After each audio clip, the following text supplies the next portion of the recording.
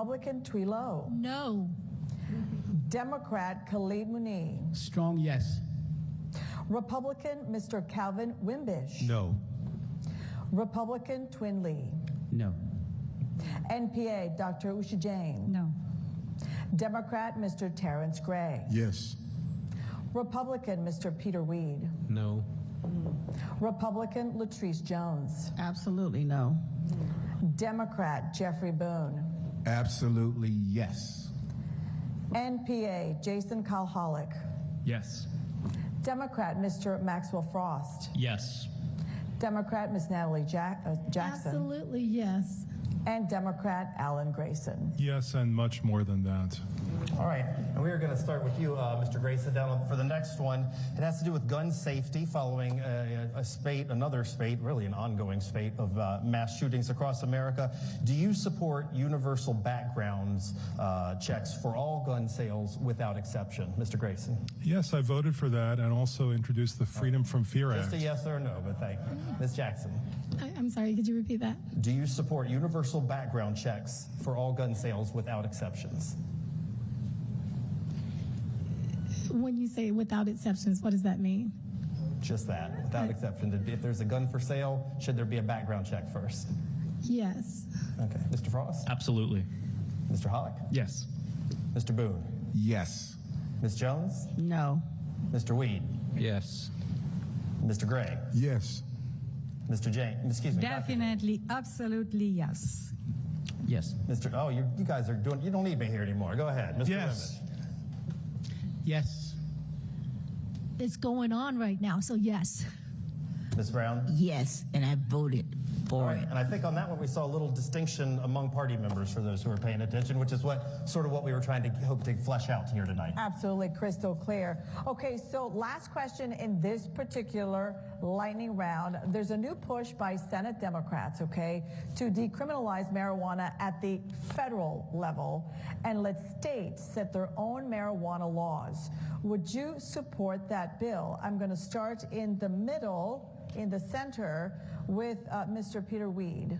Perfect timing with my name. Yes. All right, we're going to allow that one, but not enough no's. Why do you think I started with you? To think anchors, we just fluff our hair and we just look for the lights? Okay. Latrice Jones. Repeat the question again. Absolutely. The question is, there's a new push by state Democrats to decriminalize marijuana at the federal level and let states set their own marijuana laws. Would you support that bill?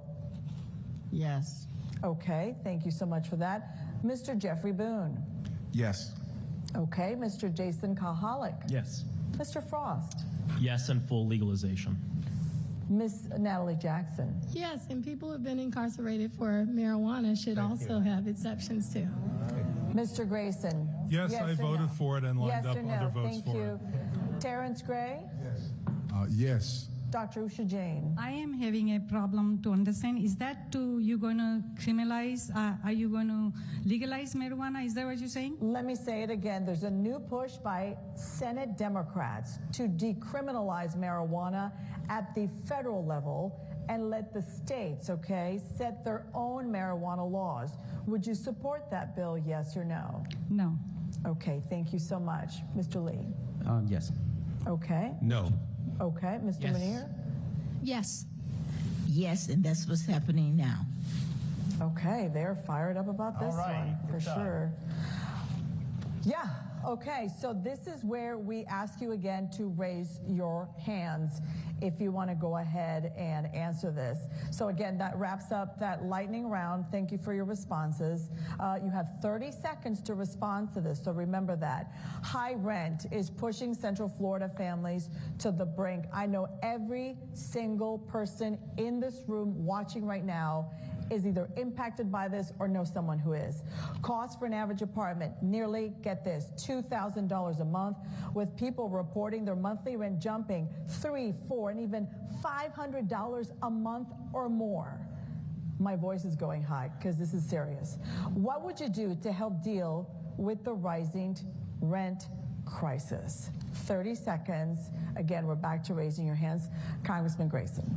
Well, first, rent control, in fact, rent rollbacks. The rent is already too damn high, and we need to roll it back to where it was, not just make a pathetic, half-hearted effort to stop huge increases that are coming. In addition to that, we have to be able to finance apartment buildings the same way that we finance single-family homes, as long as landlords are willing to commit to affordable rent through the federal government borrowing.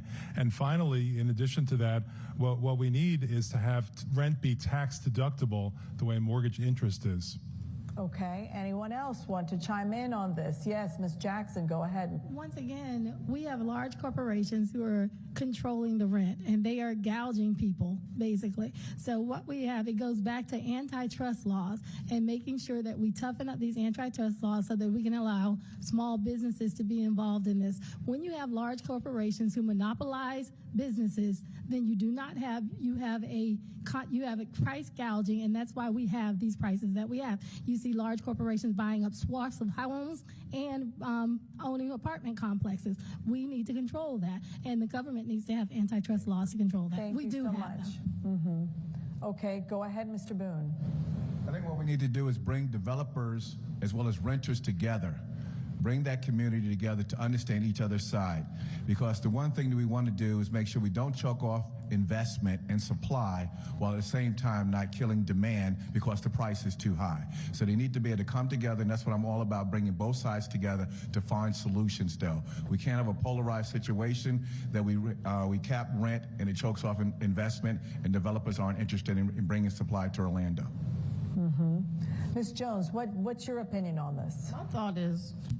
My thought is that we cannot have the government control everything, but we have to make sure we're able to cut these property taxes as well for the small business owners, because a lot of people have investment properties. And when taxes continue to go up and we keep seeing these penny taxes, and those are increasing the property value and property taxes. I think once we control taxes, then we'll have a balance with our rent income, because they have to be able to pay the mortgage on these properties. Okay.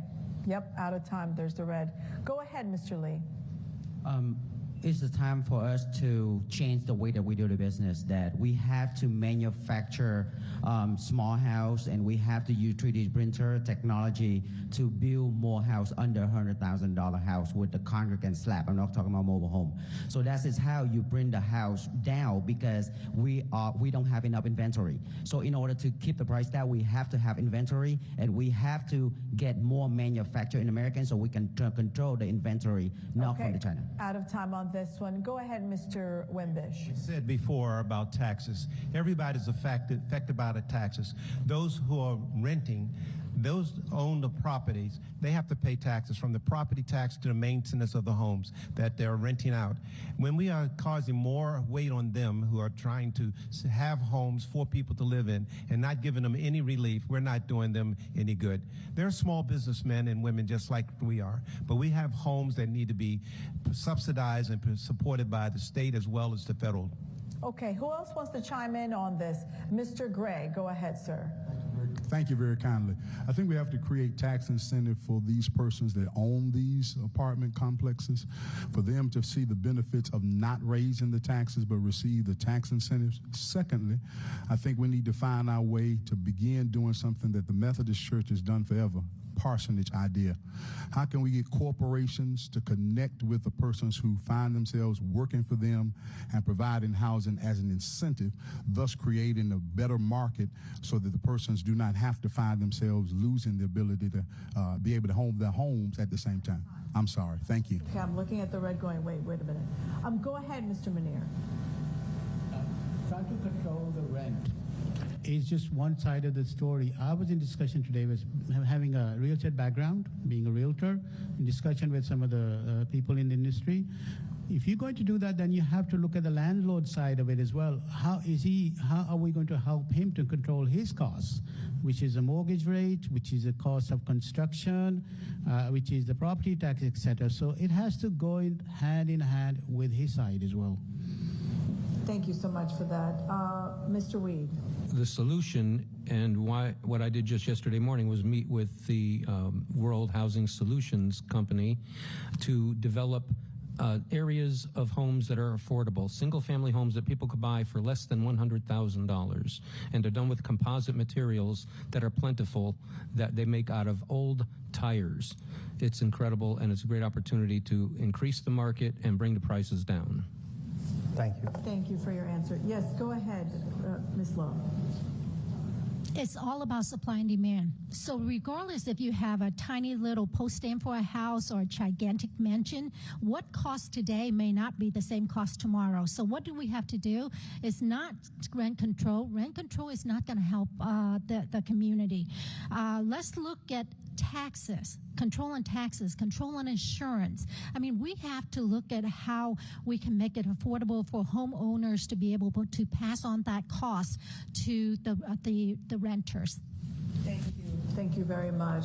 Dr. Jane. All right. I am always looking for the root cause of a problem, for the medicine too. If you don't fix the root cause, you're never going to be better. So in my opinion, and I feel it is very important that the regulations are cut. The code officer need to stop running around and harassing people who wants to build the houses and all that. And I know so many people, they want to build it, but they are red tapes and they cannot do it. And that's the solution. Very first. Okay. Go ahead, Mr. Hollick.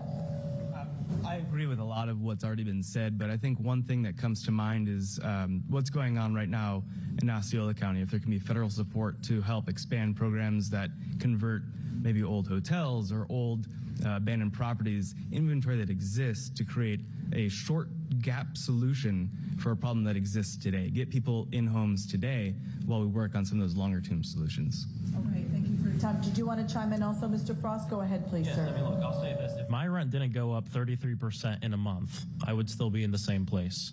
I believe in federal rent control to help protect tenants and help protect working class families. But the other thing we need is we need more housing. And it's not just more housing, we need more affordable housing. And it's not just more affordable housing, it's more affordable housing near opportunity. And that's the problem. There are people driving 90 minutes to 2 hours to get to work. Folks living up in Sanford and beyond to come here to Central Orlando to work. And we need more affordable housing here for people near opportunity and near transit. Okay. Well, we've got one last one. Okay. Congresswoman Brown, go ahead, please. Thank you very much. One of the things that I think is extremely important, I've worked with NAPCA, and that's a group that help people with affordable housing, rent, and thousands of people are coming out because they need rent control. Well, what are they doing to help them? Helping them refinance their mortgage, helping them to first-time home buyers. And so we need to work to put people in their own homes. Okay, thank you so much. All right, we continue chugging along. That's right. We're going to move on to talk about prescription drugs and prices. Obviously, that's a big concern for members of AARP as well as most Americans. In fact, in a recent AARP poll of voters age 50 and up found that about 70% found that drug prices were either very important or extremely important to them. We often hear people say they want to get import drugs from Canada. Well, Canada hasn't said that's a great idea from their perspective. More importantly, the question we want to ask you is what should the United States be doing to lower drug prices in this country, if anything? And we've got 30 seconds for this question. Yes, sir, Mr. Wimbish. I think all the pharmaceutical companies that have base here in the U.S., we can control them and not allow them to sell product that they sell overseas for 50%, 45%, 75% less than what we have to pay here. And I understand about profit and profit margin, but sometimes that's setting us up for failure. We, the people of America who have sustained those companies, ought to be able to get the drug price at the same or less than what they're selling overseas. Okay. And there's a return on investment because we're healthier. That means people can work. Thank you very much. Mr. Hollick, did I see your hand up? Yeah, there's been a lot of talk up here about finding the root cause for something, and if in other countries those prescription drugs aren't quite as expensive as here, then we need to look at who's controlling the cost and where the money is flowing from the pharmaceuticals. So perhaps if we want to look at the root cause of this, we look at campaign finance reform, get elected officials into office that don't have the pockets of big pharma controlling their interests. Thank you very much. Ms. Jones.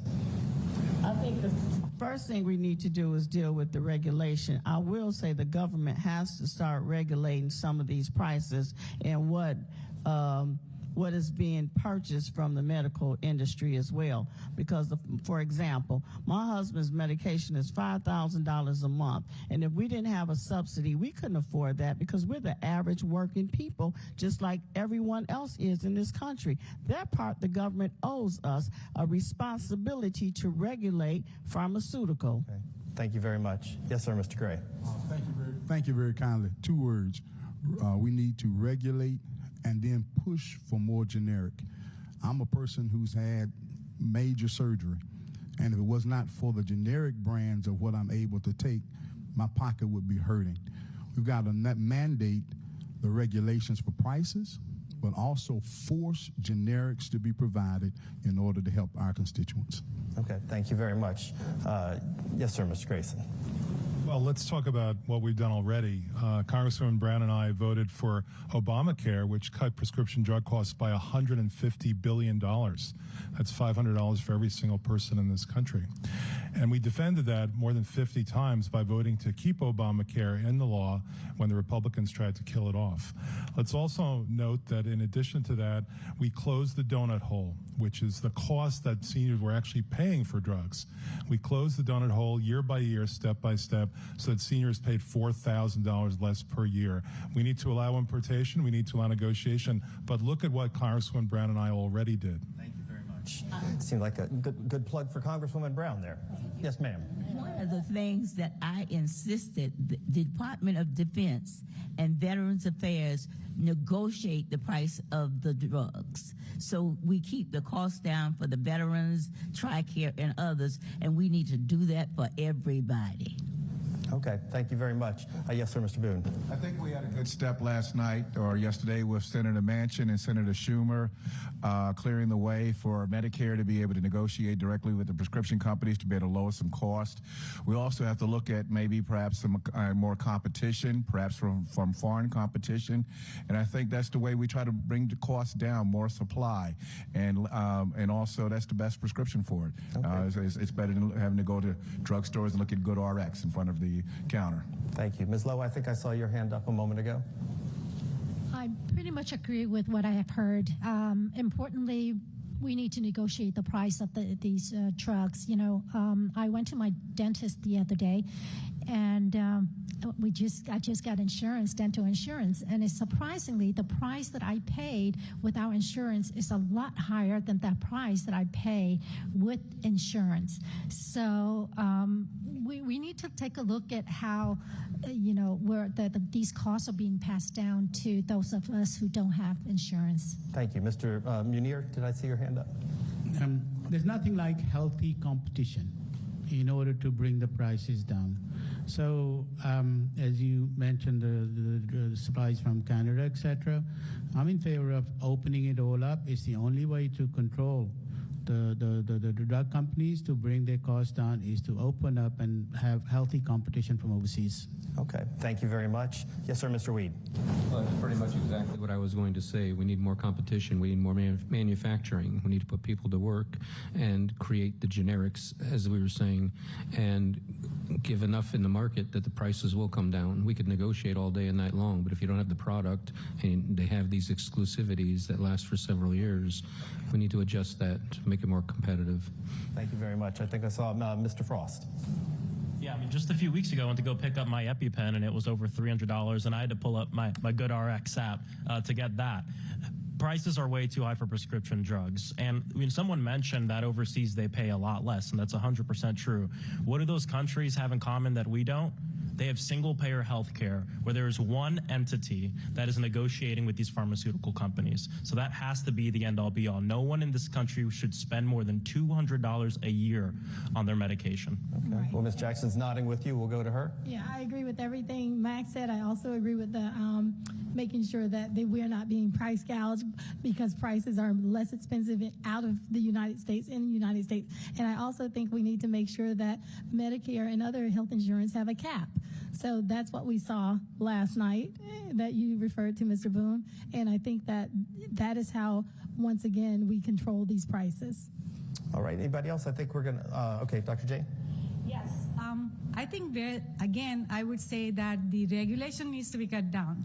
If American factories and companies are not allowed to do so many things, but then people have to go from overseas to get it. So if you cut down the regulations, we can produce ourselves and make a competition for all of you. Please look in GoodRx. There's a competition, and don't let them don't pay everything what they want. Go to GoodRx. Another good ad for them. All right, I think we are going to go back to a lightning round. You bet. We're ready to keep going here. Another lightning round. We've seen a huge spike in gas prices in the last year. If I had eyes in the back of my head, I'm sure I'm seeing the audience nod. We can all feel that right in our pocketbooks. Recently, President Biden released a plan to open up new offshore oil and gas lease sales in the Gulf of Mexico. Do you support that plan? The answer, remember, because this is the lightning round, is yes or no. We will go left to right. Yes. Yes? Yes. Okay. Yes. Oh, hang on, Mr. Manier. Hey, we had our first elbow. We have our first elbow. So Republican in the middle here. No. Yes. No. No. I would say no, we do it here in America. Yes. Yes. No. Yes. The question was, do I support offshore drilling in the Gulf of Mexico where I was baptized? No. Okay. Yes. Temporarily until we convert to clean energy. No off of Florida. I don't really care what happens in Texas. All right. Our next lightning, I think that's what Texas says, except about Florida, Exactly. which is why we are. All right, we are going to go on to the next one. On the topic of the president, do you believe Joe Biden legitimately won the presidency of the 2020 election? Mr. Grayson.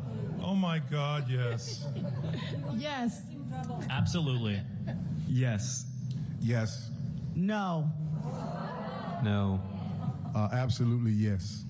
Absolutely no. No, because I'm a cybersecurity person. Okay, No, Intel. Absolutely yes. No. Yes, yes.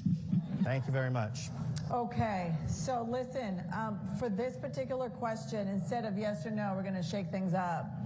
In 1 or 2 words, please tell us what you believe is the most pressing issue facing our nation today.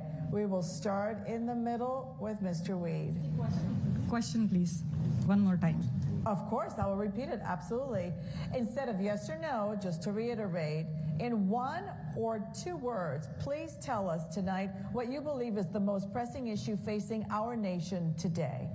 In 1 or 2 words. Economy, Go ahead, Mr. inflation. Okay, yep. Go ahead, Ms. Kelly. Recession, economy. Women's right and gun control. Extreme partisanship and campaign finance. The existential climate crisis. Voting rights, which is it's the basis of our democracy. The cost of living. Corinne Brown. Oh, goodness. I would say voting rights, because if you can't vote, then everything else doesn't count. Okay, Ms. Lowe. Foreign manipulation. Mr. Manier, remember 1 or 2 words. Inflation and protecting democracy. Mr. Wimbish. You got me laughing. Inflation and the energy. Mr. Lee. Communism and economic. Imbalancing the budget. Economy as well as healthcare. All right, I like that question. I got a variety of Fire in their answers eyes. there. Yeah, All right. absolutely. Everybody took their moment, took a deep breath, and thought about that. We appreciate Back that. to another yes/no question that might come up in the form of a bill. Would you vote yes on a bill making same-sex marriage legal and recognized by the federal government? And we're going to start in the middle and go the other way this time. We'll start with Mr. Gray. Yes. Dr. Jane? Yes and no. Well, you don't get both buttons. So, I cannot take it. No, I would say no. I mean, I know everybody's going against me, but it's okay. Mr. Lee? I'm who I am. I'm a very traditional person and family oriented. We're just going for yes or no here. No. Mr. Wimbish, thank you. No. No. Yes. Mr. Grayson? Yes. Ms. Jackson? Yes. Absolutely. Yes. Yes. No. No. Thank you very much. Okay, still in the lightning round. Here we go. Do you believe the federal government needs to do more to reduce greenhouse gas emissions? And we will start left to right with you. Yes. What's the question? Do you believe the federal government needs to do more to reduce greenhouse gas emissions? Yes. No. Yes. No. No. Didn't get the question, so I can't. Sure, I'll repeat it for you. It's not a problem. Do you believe the federal government needs to do more to reduce greenhouse gas emissions? Yes or no? Greenhouse emissions. So there should be less emissions. So Dr. Jane? It's just yes or no. Okay. They should do more? Yes, they should do more. Okay, that's a yes for her. Yes. Okay, Mr. Gray? Yes. No. No. Yes. Yes. Yes. Yes. Yes, and because I voted that way, the Koch brothers spent $3 million against me. All right. Well, now we are going to we're going to wrap things up, I think, if the voice in my ear tells me that's correct. Yes. All right. So here's what we're going to do. You're each going to get 30 seconds to give your final pitch for why voters. 10 seconds. Oh, We've just received news. some of you said more words than yes or no. That was the problem on that last one. All right, we've got 15 seconds for your final pitch. Whatever you can say. We'll start with you, Mr. Grayson. Your vote is your power is your vote. You need and deserve a congressman who will actually make your life better and use the power of the office to make that happen every single day. Thank you. Ms. Jackson. I spent 9 years in the military as a naval intelligence officer because I love this country and I love our democracy. I think that the democracy, we have to fight to protect it for our future, for our kids, and that's the reason I'm in this race. Thank you very much, Mr. Frost. A better world is possible, and we deserve it by virtue of being human. Healthcare, housing, living in a world free of gun violence, and we need to send a bold fighter to Washington, D.C. to make that happen. Thank you, Mr. Holloway. I can't promise I'll be a bold fighter, but I will be a hard worker. And I encourage you to look at all the resources that are available to you and make the best informed decision that you can. Thank you, Mr. Boone. I'm Jeff Boone. I have 32 years of experience as a husband, father, financial executive, and community coach. Pass the word, vote Jeff Boone on August 23rd. Ms. Jones. I'm Latricia Jones. I'm a mother, I'm a granny, and I love this country. And I'm going to fight for these children in District 10 because they're still being murdered and slaughtered regardless of who's in office. Is that my job? Thank you. It is. It goes fast. Mr. Weed.